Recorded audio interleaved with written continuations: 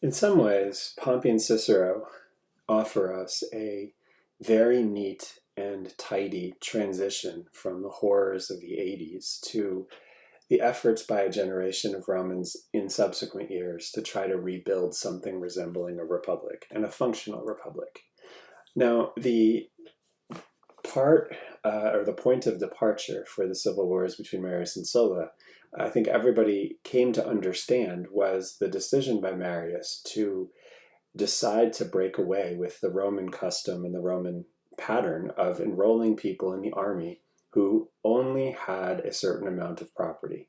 What Marius decided was that this property qualification was something that would prevent him from creating the military that he wanted and having the kinds of military outcomes that he envisioned. And so we're told that after Marius was elected consul in 109 BC, what Marius did was immediately propose to raise armies. And when he took office in 108, the Senate gave him this approval because they counted on the fact that there were not troops who met the property qualification who were willing to serve under Marius. And Marius, it seems, understood this, and so he enrolled in his army poor men with no property qualifications, a class of people who used not to be accepted by commanders in the past. And the right idea here, or Marius's idea here, is that these people would fight for him. They would be eager to serve because he would be providing them with an opportunity for glory, for service, for honors, and for material rewards that otherwise hadn't been available to them. Now, many historians would say that the action Marius took here was something that inadvertently led to the end of the Roman Republic as a functional system of government. And the reason here is something that actually is emphasized by Plutarch in the final part of this quotation. The soldiers who met the property qualification, Plutarch says, were primarily encouraged to enroll in the army because the idea was that the possession of property guaranteed a man's loyalty to the state. What Marius learned, and what Marius's contemporaries also learned, was that if soldiers didn't possess this property, it was possible to turn their loyalty away from the state and towards the individual commander who had raised that army and on whom the rewards the soldiers expected depended. Now, this was a development that took the better part of almost 25 years to really and fully play out, because it wasn't Marius's troops that ultimately were forced to choose between their loyalty to the Roman Republic and their loyalty to the commanders. It was instead the troops that were serving alongside Marius's main rival in the 80s, a man named Sulla. And the development that we have in the 80s is an army that increasingly is willing to put their own interests and the interests of their commanders, interests that are linked, above those of the state. And of course, when Sulla marches his army on Rome, the reason that army is willing to do this is because they are more loyal to Sulla than they are to the ideal of a republic. Now, the story that we can pick up with is a story that comes about after Sulla's victory. Now, we talked last time about the scene that Sulla organizes when he announces his version of a restored republic, when he summons the Senate to meet in the Temple of Bologna, and then below the Temple of Bologna, he executes 6,000 Samnite prisoners of war, whose screams echo in the Temple of Bologna as Sulla announces the restoration of the Republic. Now, Sulla returns in 82 when he announces this. He returns in 83, and in 82 he announces the restoration of the Republic, and he then had himself made dictator for the reconstitution of the Republic. And what the reconstitution in Sulla's mind consisted of was a rebuilding of the structures of the Republic so that the Republic would be able to endure the kinds of threats that people like Marius, also Sulpicius, or Saturninus, or the Gracchi had placed upon it. Now, part of the reforms that Sulla pushes involves increasing the size of the Senate to 600 people. And what Sulla is actually trying to do here is counteract the idea that people on juries that looked at corruption trials should not be senators, because a lot of the most corrupt officials in the Roman state were senators.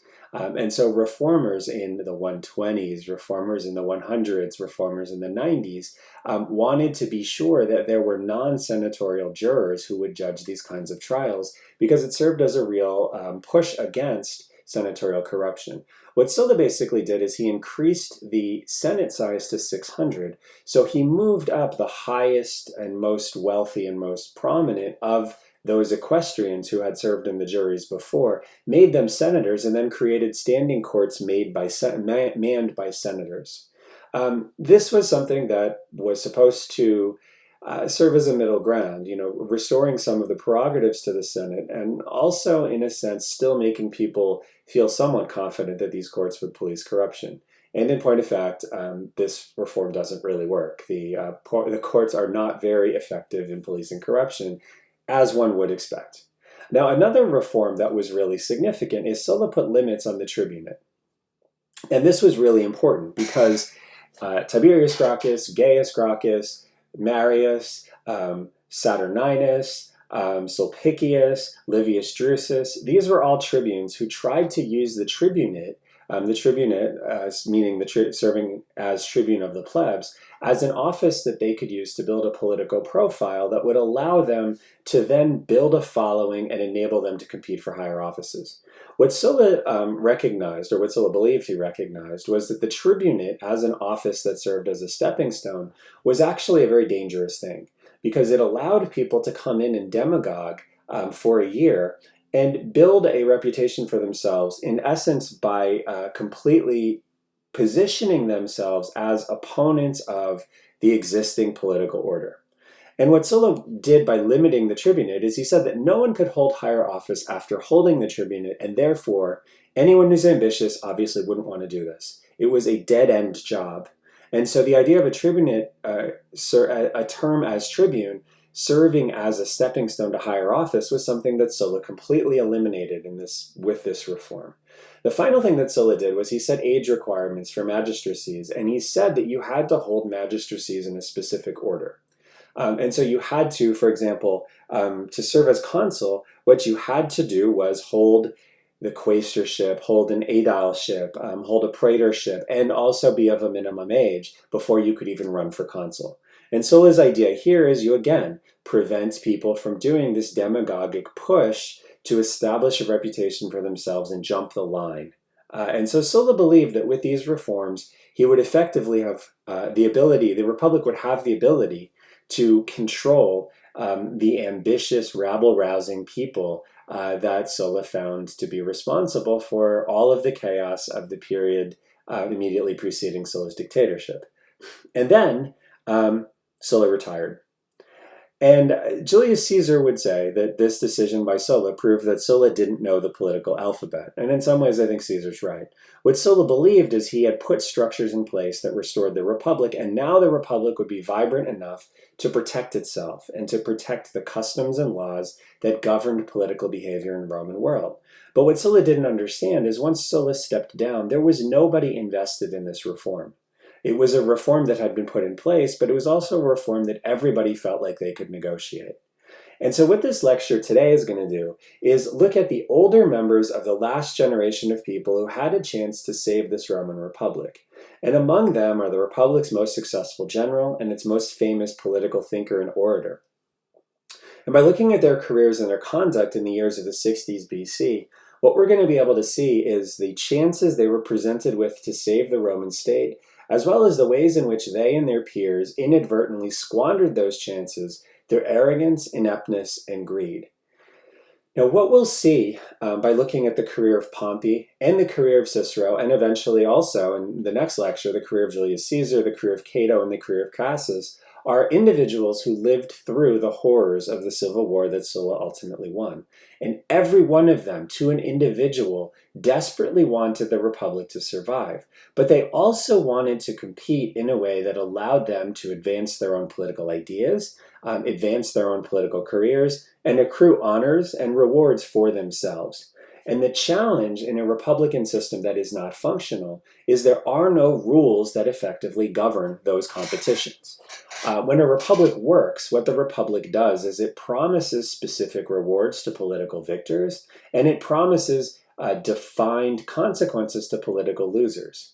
But when a republic is not functional, people don't know what the rewards will be if they succeed, and they also have no accurate understanding of what the consequences will be if they fail. And so the risks in failing become so great that people are unwilling to allow themselves to fail. And ultimately, this is what sets the Republic on its final path to destruction. But it's important to emphasize that none of the people that pushed the Republic to that point wanted the Republic to get to that point. Now, Pompey is a reasonable place to start, because Pompey is a figure who very much represents the transition between this old Roman aristocracy of, say, the 2nd century BC and the new group of people who really come to prominence in the aftermath of the social war. Pompey is the son of a man named Gaius Pompeius Strabo, who was one of the consuls in 88 BC who authored the law that extended citizenship to the Italian allies at the conclusion of the social war. Now, the family itself was from what's now sort of northeastern Italy. It's an area called Picenum, and the area is actually a quite beautiful area. So this is Pompey's hometown. This is one of the towns in this area, the modern town of Osimo, the ancient city of Oximum, and we'll talk a little bit about this quotation in a minute, but you get a sense of what this area is like. It's beautiful, it's agriculturally productive, and it's a place that had not been deeply integrated into the Republic from very early points, but Pompeius Strabo takes advantage of all of the disruption of the social war and is able to advance to the consulship. Now, Pompey's father was not a particularly loved guy. And so what Pompeius Strabo does during the war between Marius and Sulla, and then the successor of Marius, a man named Cinna, what Strabo is able to do is he's able to maintain control of the army he took control of as consul in 88 BC and kind of leverage this so that he doesn't actually fight on Sulla's side or against Sulla. Instead, he's perpetually using this army to negotiate. Now, Strabo dies, and he dies while Sulla is still in the east. And when he dies, everybody who has been victimized or upset by Strabo's conduct immediately see this as an opportunity to take vengeance. And one of the ways they take vengeance is they go to the family household, they arrest Pompey as the son of Strabo, and they charge him with basically plundering resources from Roman citizens while he was serving alongside his father on campaign. And Pompey then surprises people. Because Pompey goes to trial, and in the course of the trial, he creates such a good relationship with the man who's judging the trial that he ends up marrying the daughter of his judge on the very day that Pompey is acquitted of this charge. And so Pompey escapes prosecution in a way that completely surprises people. But then, when Sulla returns from the east, we see Pompey make a decision that is very calculated. Pompey saw that the best and most distinguished people were leaving their homes and flying to Sulla's camp. But Pompey decided, instead of going there as an empty-handed fugitive asking for help, he would join Sulla with an army of his own, do some service for Sulla, and in doing so would win honor for himself. And so after this, Pompey, who was only 23 years old and had never been appointed general by anyone, appointed himself to a military command. He set up a tribunal in the marketplace of the large city of Oximum, there's Oximum, and he issued an edict ordering the chief men in that town to leave the city because they were loyal not to Sulla, but to the general, a man named Carbo, who was opposing Sulla. Pompey then proceeded to raise troops. Now, it's important to understand what this means. What Pompey has done here is he has assumed an office of commander without actually holding any magistrate that gives him the power to do this. And what Pompey has also done is he's taken the understanding of Marius and Sulla about the power of a commander who has troops loyal to him, and he's taken this to the next level. Because the armies that Pompey raises are not armies raised by the Roman state. They're armies raised by Pompey.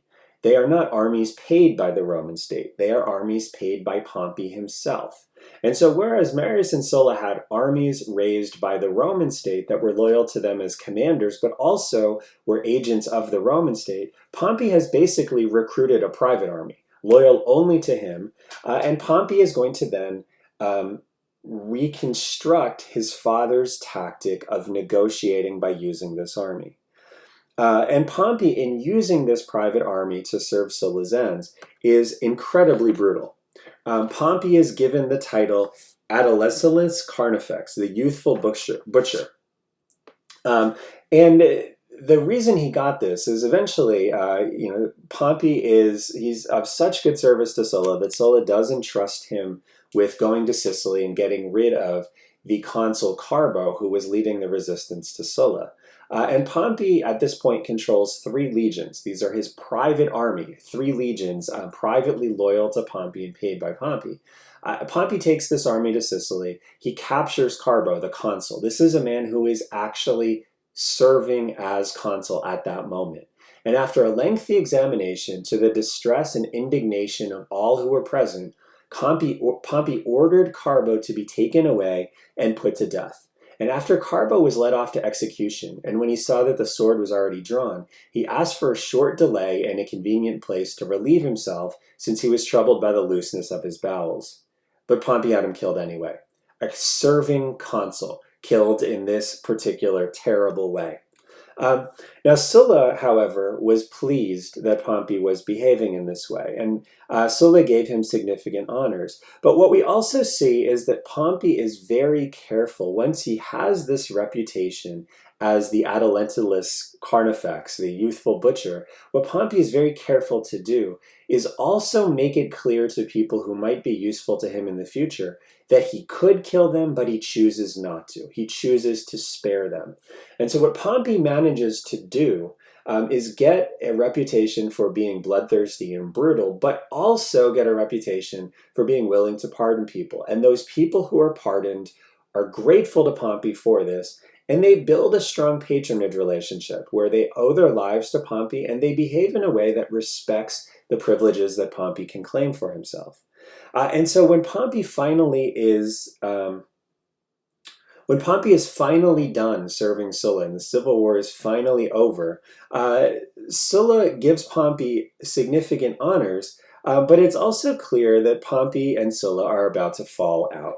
Pompey asks for a triumph. Sulla denies this. Pompey still manages to arrange for this to happen. At another point, Sulla asks Pompey to send 2 of his legions back to Italy so that Pompey will be left with only 1 of them. Pompey then orchestrates a kind of theatrical rebellion where the legions say that they will not obey Sulla's order. Pompey says to them, please, please obey Sulla's order, but he makes it very clear that the legions are not willing to listen. This is communicated to Sulla, and Sulla is forced to back down. By the end of his life, it's clear that Pompey and Sulla have very much broken with each other. And part of this is Pompey's decision, after Sulla retires, to support the consular candidacy of a man that Sulla doesn't like. And when Sulla pushes Pompey and says this is a terrible decision, Pompey actually has the gall to say to Sulla, it's better to hitch your horse to the rising sun than the setting sun. And in this, Pompey is saying, I am the future, and Sulla, you are the past. And so Plutarch tells us the clearest proof that Sulla gave of his ill will against Pompey was in the writing of his will. There were legacies for all of Sulla's other friends, some of whom were appointed guardians to his son, but Pompey's name was not mentioned at all. But what's interesting about this is this doesn't bother Pompey. Pompey has moved on from Sulla, and Pompey is again looking to the future. When Sulla dies in 78, Pompey is all of 28 years old. Pompey is very much aware that he is a rising star. And what Pompey manages to do in the years after Sulla's death is he manages to follow his father's pattern and keep control of a military force without actually having to stand for election. And for most of the 70s, Pompey does this. First, in 78, he leads, again, a private army that he is commanding at a kind of request by the Senate, but not because he holds any office. He has never stood for any elected office at all. And he uses this to beat rebellion back by the consul Lepidus. Pompey then finds himself volunteering to go to Spain to fight against a man named Sertorius. And Sertorius is a very, very interesting figure. Sertorius was a commander under Marius and Cinna who fled to Spain after the Marian forces were defeated. But after the Marian forces are defeated, Sertorius remains in command of Spain with these forces that were originally Roman forces. But what Sertorius basically does is he maintains that he's loyal to the Roman state and also maintains that Sulla and the people following Sulla are usurpers. And so Sertorius is in essence the free Roman state of Marius's successors. Now, what he did to maintain control in Spain was extremely interesting. Sertorius set up a parallel senate populated by senatorial exiles. He welcomes any exile from Italy who wants to flee and oppose Sulla by retreating to Spain. He allows them to command armies made up of Spanish troops, and then he begins to train Spanish troops in the style of fighting of Roman soldiers, but also train Roman soldiers in guerrilla tactics that were utilized by Spanish forces. And Sertorius crafted an effective fighting force from these Spaniards by teaching them Roman discipline, but also blending Roman and Spanish methods of attack. Now, the methods of Sertorius, Plutarch says, were those of a robber chieftain. His unconventional attacks, his ambushes, his flanking movements, all of these had a disturbing effect on a man whose whole training was in regular pitched battles and who commanded troops who were heavily armed and lacking in mobility. And these were his usual tactics: a total dispersion of his forces, followed by a rapid mobilization, so that at times Sertorius would be moving about the country entirely on his own, and at other times he would take the field with an army of 150,000 men, like a winter torrent suddenly swollen with rain. Now, there's a very interesting story that Plutarch tells in his life of Sertorius that explains why this strategy works. And this is a story that's actually worth running through. It's a very interesting and illustrative story. Plutarch tells us that Sertorius called a general assembly and brought before it 2 horses, one completely weak and very old, the other large and strong, with a tail that was astonishing for the thickness and beauty of its hair. On the side of the feeble horse stood a man who was tall and robust, and by the side of the powerful horse another man who was small and of contemptible appearance. And at a signal given them, the strong man seized the tail of his weak horse, and with both his hands he tried to pull it off with all his might. But the weak man began to pluck out the hairs of the tail of the strong horse one by one. The strong man gave himself no end of trouble to no purpose, and this made the spectators laugh a great deal, and then he gave up his attempt. But the weak man, with no trouble at all, stripped his horse's tail of its hair. Sertorius then wrote us up and said, "Perseverance is more efficacious than violence, and many things which cannot be mastered when they stand together yield when one masters them little by little." This is Sertorius's rebellion. Sertorius had a lot of troops at his disposal, but Sertorius did not use these troops like the strong man trying to pull out the horse's tail all at once. What he understood was a Roman army is a very fearsome thing, a very formidable thing. And Sertorius, if he rolled his dice against one Roman army, he might win, but the consequences would be really significant, and in the end, Rome would just send another army to him. What Sertorius instead understood was the tactics he was using with mobilizing and demobilizing forces and conducting guerrilla campaigns. These were things that little by little would pluck all of the hairs out of the metaphoric tail of the Roman state, and they would stop bothering him. And so this is why Sertorius adopts these tactics. And his rebellion lasts for the better part of almost 8 years, because his method of fighting was effective, his manner of government was popular, and no Roman really wanted to confront him. No Roman commander really wanted to confront him because they feared the way in which the fighting was happening. Now, Pompey gets this command in part because Pompey is the only one who wants this command, and it's really quite irregular. In 76, Pompey is given the command to go fight Sertorius, and Pompey's 30 years old at the time. And he doesn't hold office. He has never held office. He was instead sent because he was popular and because he was willing to go. Now, Pompey was not terribly effective. He lost 2 battles against Sertorius. There was also a moment where Pompey's troops basically run out of supplies because Pompey ran out of money to supply them. And at that point, he asks the Senate for additional money, and the Senate initially turns him down. And then Pompey says that he will, if he doesn't get this money, just dismiss his troops, go back to Italy, and let Sertorius, attack Italy if that's what Sertorius wants. And so the Senate does send him money. Eventually, Pompey does prevail against the forces of Sertorius, but he doesn't defeat Sertorius himself. Sertorius is actually assassinated in 73 BC, and Pompey defeats what's left of the Sertorian forces after their leader is dead. But Pompey then does a remarkable thing.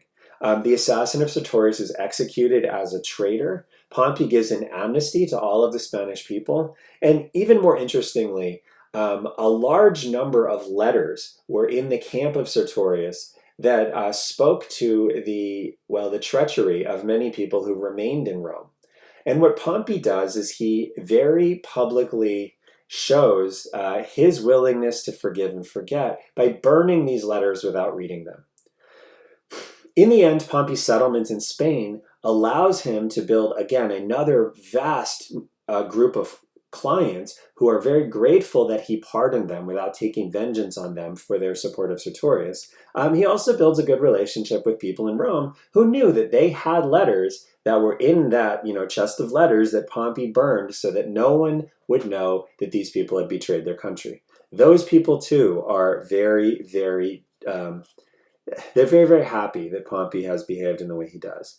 But what Pompey also now has is a base of support among people in Sicily, who he pardoned, people in North Africa, who during the wars that Sulla was fighting against Marian forces, Pompey also pardoned, and now a large number of people in Spain who Pompey pardoned, who also Pompey completely understands from Sertorius' example are a very, very effective fighting force if it should come to that.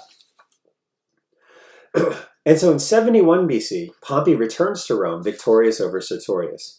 And he could have used the power that he brought back to force his will on the state, but he chooses not to. What we're told is Pompey, when he returns, there's a general desire to see him and honor him for what he's achieved, but there's also a present feeling of suspicion and fear, because it's thought that instead of disbanding his army, he might go straight ahead and by the use of military force and absolutism, make himself into another Sulla. But Pompey put an end to these suspicions by announcing that he'd disband his army as soon as his triumph was over. And so what Pompey has basically done is he's returned to Rome, the preeminent and most powerful figure in Rome at that moment. And he makes it very, very clear. He knows that people are afraid that he's going to use this military force and take control of the Roman state as Sulla did. But Pompey makes it very clear that he recognizes that he has this power. He recognizes that Romans recognize he has this power, but he makes it very clear that he will refuse to use it. And actually, he won't even use his army in the way that, say, Marius and Saturninus had used Marius's armies. Instead, the army is just going to be dismissed. He's going to trust that the right thing happens, and he's not going to need to seize power at all. And so in return for his service, Pompey is elected consul for the year 70. Now there's a few problems with this. First of all, Pompey has never held elected office before. So Sulla's laws required that you hold offices in succession leading up to the consulship. Pompey had held none of those offices. Sulla's law also required that someone who serves as consul must be 40 years old. Pompey will be 36 when his consular term begins. And so Pompey is too young, and he also has held none of the offices that Sulla mandated. But he was popular, he was powerful, and ultimately people decided to overlook the constitutional rules Sulla put in place, not even 10 years before, because they simply respected Pompey, and they were grateful that he was willing to take power in a lawful way rather than seize it himself. We already can now see some of the problems with the Sullan constitution, the Sullan reform, or the Sullan restored republic. As consul, Pompey then makes another really important step to undo what Sulla had done. Now, Pompey's co-consul at this time is Crassus. Crassus is, as we saw a few lectures ago, the richest man that Rome has ever seen. And Pompey and Crassus actually campaigned together for consul. And one of the things they campaigned together on is this idea of undoing the restrictions that Sulla had put on the tribunes. And so we're told that in order to do the people a favor, Pompey decided to restore to the tribunes the power which Sulla had taken away from them. And to see the tribunes once more enjoying their former powers was the one thing above all others which the Roman people most frantically longed for, so Plutarch says. And Pompey thought himself extremely lucky to have the opportunity of passing this measure, since if some other statesman had anticipated in this, he would have never found an equally good way of expressing his thanks to the people. Now, there's a couple things about this. First of all, what Pompey has done is removed the restriction on tribunes holding higher offices after their term is completed. This is the big restriction that Sulla had placed on tribunes, and Pompey takes it away. Now, the other thing in this is this was something that Crassus very much agreed with as well. But we see Pompey trying to take sole responsibility for this. This contributes to a breakdown in relationships between Pompey and Crassus that's going to persist for the better part of 10 years. We'll talk next time about what happens to end that breakdown in their relationship. But it's a significant thing on a couple of levels. First of all, because it does create a division between Pompey and Crassus that becomes really pronounced and so problematic that there's actually a discussion in a number of our sources of a meeting near the end of the consular term of Pompey and Crassus, where Pompey and Crassus are jointly presiding over some festival, and a priest comes up and says that the god Jupiter requires them to make amends with each other because the god Jupiter feels that it's a sort of curse on the Roman state if they don't do this. And this compels Pompey and Crassus to shake hands and agree to make nice, but they don't trust each other again for the better part of a decade. So that's one significant thing. The other significant thing, though, is with tribunes freed now to pursue higher offices, tribunes are also freed to begin currying favor with powerful people in the Roman state. And one of the most powerful, of course, is Pompey. So the revitalized tribunes begin almost immediately, passing new legislation that is designed to kind of hitch their star to more powerful figures. So, for example, in 67 BC, a tribune named Aelius Gabinius pushes a set of reforms to try to punish corruption, eliminate senatorial delay, on voting on things, and also repay Pompey for his service by putting forward a proposal that Pompey should be named as a general with extraordinary powers to lead a campaign against pirates in the Eastern Mediterranean. Now, the term here, and the law that's passed here is it gives Pompey something that's called imperium extra ordinum. Imperium is simply the right that a Roman person or a Roman commander has to command an army. And usually it's attached to some kind of office. And usually it's defined specifically by a province or a sphere of operation. What Gabinius's law does in 67 is it gives Pompey something called imperium extra ordinum, which means imperium beyond limits. So Pompey is not bound by a term limit. Pompey is not bound by operating in one particular province. Pompey is also not bound by the limitations of a particular office. What he's given instead is a military command for 3 years over the entire geographic region of Asia Minor. And he's given really, really large military resources to campaign against these pirates. Now, this is a dramatic and revolutionary break with previous practice because all previous imperium like this would have been tied to some kind of office, and it's not in Pompey's case. Now, the campaign that Pompey is supposed to undertake is a really difficult one. The Silesian pirates, as they're called, occupy a rocky coastal part of what's now southern Turkey. You can see here an actual base that was used by Silesian pirates. What these pirates actually did, these are people who were landowners and farmers who lost their land in some of the wars of the 70s and were forced to move down to the coast and take up piracy, not because they're, vicious and bloodthirsty individuals, but as a kind of lifestyle to support themselves. But this was an area that's economically distressed. It's also, though, an area that's full of really good hiding places. And so these are people who no longer participate in an organized economy, who are setting out to take advantage of the geographic location in which they find themselves to dart out of coves and raid passing ships. And then later on, they move to mounting attacks on cities and inhabited islands when they get a better when they get a better command of how to do these sorts of things. Now, the power of the pirates, Plutarch says, extended across the whole area of the Mediterranean Sea, and the result was that all navigation and all commerce were at a standstill. And so Pompey is given the responsibility of destroying this particular lifestyle, and that's what it is. He's not destroying people, he's destroying a way of life. And it seems like this is a ridiculous task. But Pompey's imperium allows him to fight anywhere in the Mediterranean up to 50 miles inland so that he can eliminate the threat of the pirates. He's also given the authority to call up to 120,000 soldiers and 500 ships. And this is immense power in the hand of one individual, and it made some individuals uneasy. But Pompey proves to be so effective in using this power that he's able to sweep the Mediterranean clean of pirates in 40 days. Now, this is a military victory, sort of, but really what Pompey is able to do is go and get the people who were engaged in piracy to agree to engage in some other kind of activity. What he basically is able to do is settle those pirates on estates in Asia Minor so they can return to agricultural life. They move away from piracy, the behavior ends, the people are still alive. And what Pompey also is able to do is build a network of political supporters in Asia Minor.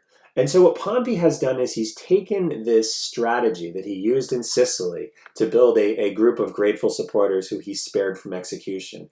He used it in North Africa. He used in Spain the same strategy to spare large numbers of people from possible execution. And now in Asia Minor he's done the same thing. In effect, what Pompey has done is create power bases for himself with supporters in Spain, Sicily, North Africa, and what's now southern Turkey. And all of these pirates who surrender, they know how to fight, just like the Spaniards who surrendered, just like the Sicilians who surrendered. These are people that Pompey could mobilize if he ever needed to. And so what Pompey is doing is building a political machine based on the popularity he has in Rome, but also supported by all of these people who are not Roman citizens, who live in all of these different areas of the empire, who he could mobilize should he ever need to do this. And then, to appeal to this Roman audience, once the piracy threat is eliminated in 40 days, Pompey gives up his imperium. He had it for 3 years. He gives it up after 40 days. Pompey has defined himself, again, as a kind of new Cincinnatus. Following this, Pompey's given another extraordinary command. This is to lead a campaign against Mithridates of Pontus. Now, Mithridates of Pontus is the same individual that Sulla had gone and fought Marius about his command to go and confront Mithridates. Sulla defeated Mithridates, but it wasn't an overwhelming defeat because Sulla at that point was more interested in fighting a civil war in Italy than he was in completely eliminating Mithridates. Mithridates accepted the peace terms and then started making trouble again in the 70s and 60s. Pompey then is sent to go and eliminate Mithridates just after he finished eliminating the Silesian pirates. The power is confirmed by something called the Lex Manilia in 66 BC. And this gave Pompey supreme command over all forces in Asia Minor for 5 years. Pompey uses this to defeat Mithridates, but then also to expand Roman control over the entire eastern Mediterranean, including taking over the remnants of the Seleucid Empire in Syria and marching down through what's now Israel into Jerusalem, and taking control of basically all of the areas in the eastern Mediterranean, either directly by making them Roman provinces or by creating basically Roman client states. And so in Pompey's lifetime, just even in the 60s, Roman control is expanded out of kind of coastal Western Asia Minor to encompass basically almost all of the eastern Mediterranean to the border of Egypt. And so if you look at this map, you can see what Pompey brought about. The province of Asia, this is the old province of Asia that basically Rome controlled before Pompey. Silesia, Syria, Judea, Galatia, Cappadocia, Pontus, Bithynia. These areas become either provinces of Rome, Bithynia, Pontus, Silesia, and Syria, or client kingdoms allied to Rome, Galatia, Cappadocia, Judea, because of what Pompey has done. It's a really, really significant achievement. And by the time Pompey's command ends in 61, Pompey is the most popular politician in Rome and the greatest conqueror that Rome has ever seen. The apex of this coincides almost with the apex of Pompey's career almost directly coincides with the apex of Cicero's career. Now, Cicero is in some ways similar to Pompey in that he comes from a family that is not core Roman aristocracy. He comes from an Italian non-senatorial family. Now, Pompey's father is a consul. Cicero's father is not. Cicero's father is not even a senator. Cicero's family is an equestrian family. But like Pompey, Cicero is something of an outsider in Roman political life.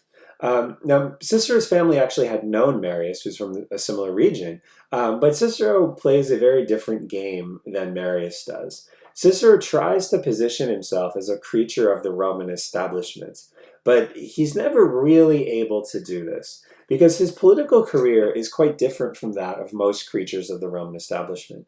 Cicero is not a very good military commander. We know that he served in the Social War, not with great distinction. He basically sat out the war between Marius and Sulla, and then he gave a very demonstrative speech attacking some of the excesses of Sulla's regime, and then he ran away and went and studied in Athens until things calmed down in Rome. But Cicero's greatest talent was not in his military command, it was not particularly in his bravery, it was in his ability as an orator. Because Cicero had attended some of the best schools of rhetoric and philosophy in Greece, his natural rhetorical abilities were already superb, and these things just enhanced his ability to speak with a complexity and beauty that captured people's imagination and made him an effective and convincing communicator. Now, Cicero's greatest breakthrough that sort of propelled him to the highest levels of Roman life came in 70 BC when he prosecuted a governor named Marius, who was a corrupt governor of Sicily. And I mentioned earlier, it's very difficult to convict a corrupt governor. The reforms of Sulla had made this even more difficult, but Cicero managed to do it.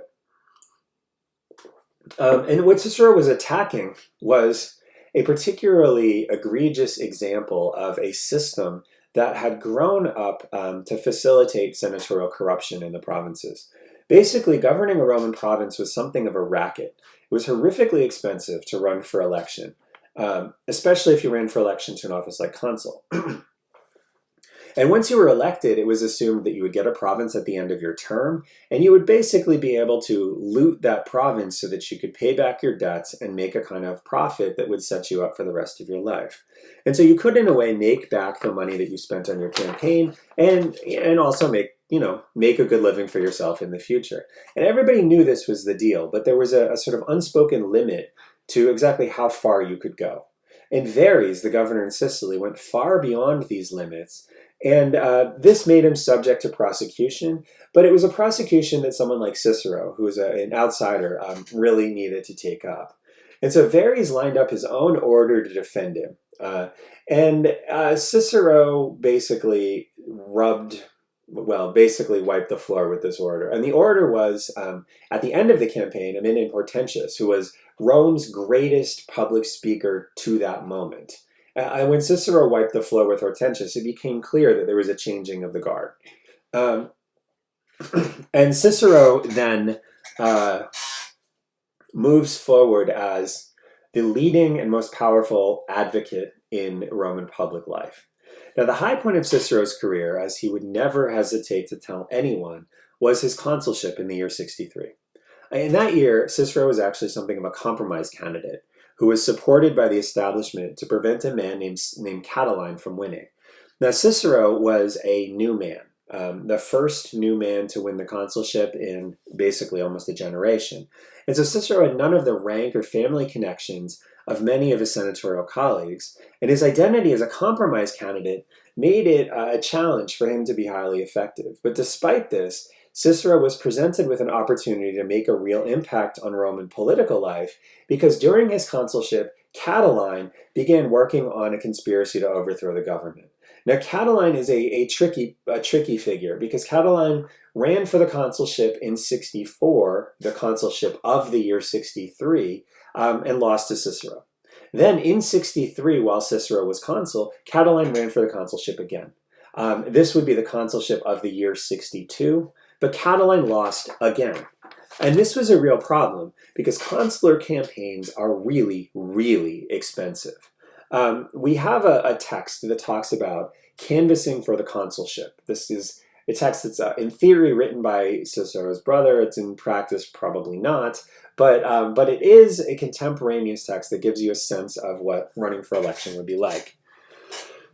And so one of the pieces of advice is let the number and quality of your friends be apparent. Make it clear that everybody sees them.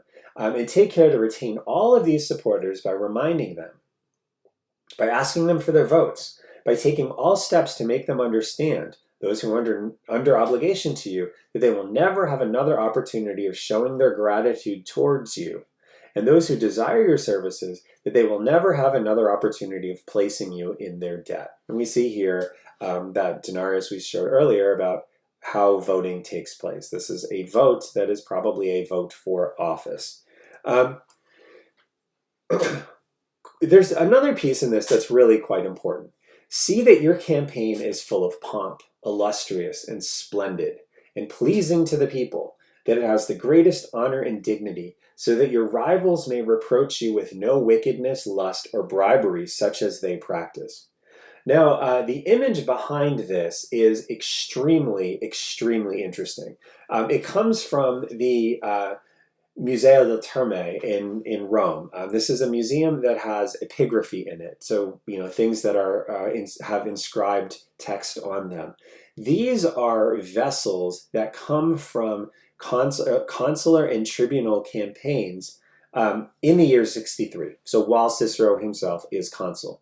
On the right is a bowl that actually, if you look at it, you can see it says Catilina.